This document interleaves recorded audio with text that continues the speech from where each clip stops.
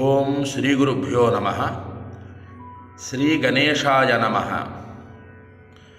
హరిహయ నైరుత మారుత హరితామంతేష్వ్యస్థితం తస్య వినుమస్సానుత్రితయం విధిహరి గౌరీశ విష్టప ఆధారం. మేరుపర్వతం తూర్పు, నైరుతి, వాయువ్య దిశల మధ్యలో ఉంది. ఇది బ్రహ్మ విష్ణు మహేశ్వరుల లోకములకు ఆధారమైన 3 శిఖరములను కలిగి ఉంది.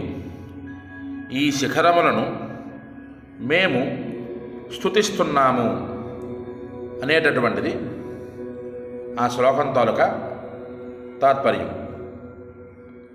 అయితే మేరు పర్వతాన్ని మనం ఎందుకు స్తుతించాలి, అందులో ఉండేటటువంటి విశేషణం ఏమిటయ్యా అంటే, ఇక్కడ జాగ్రత్తగా మనం చూసినట్లయితే త్రితయం, సానుత్రితయం అన్నది బ్రహ్మ విష్ణు మహేశ్వర లోకాలకి, అలాగే సత్వ రజస్తమో గుణాలకి, అండపిండ బ్రహ్మాండాలకి, ఇవన్నీ కూడా 3 అంకెతో నడుస్తున్నటువంటి లోకం. దానికి మూలంగా ఆ మేరు పర్వతం 3 శిఖరములను కలిగి ఉంది. అలాంటి మేరు పర్వతాన్ని నేను స్తుతిస్తున్నాను, ప్రార్థిస్తున్నాను. కాంచనం, బంగారంతో కలిగి ఉండేటటువంటి ఆ మేరు పర్వతం అమ్మవారి కటాక్షంతో నాకు సర్వకాల సర్వావస్థల యందు సద్బుద్ధిని సత్ప్రవర్తనని కలిగించి,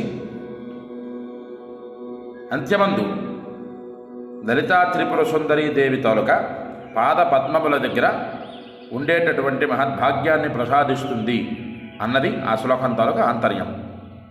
హరి ఓం. స్వస్తి.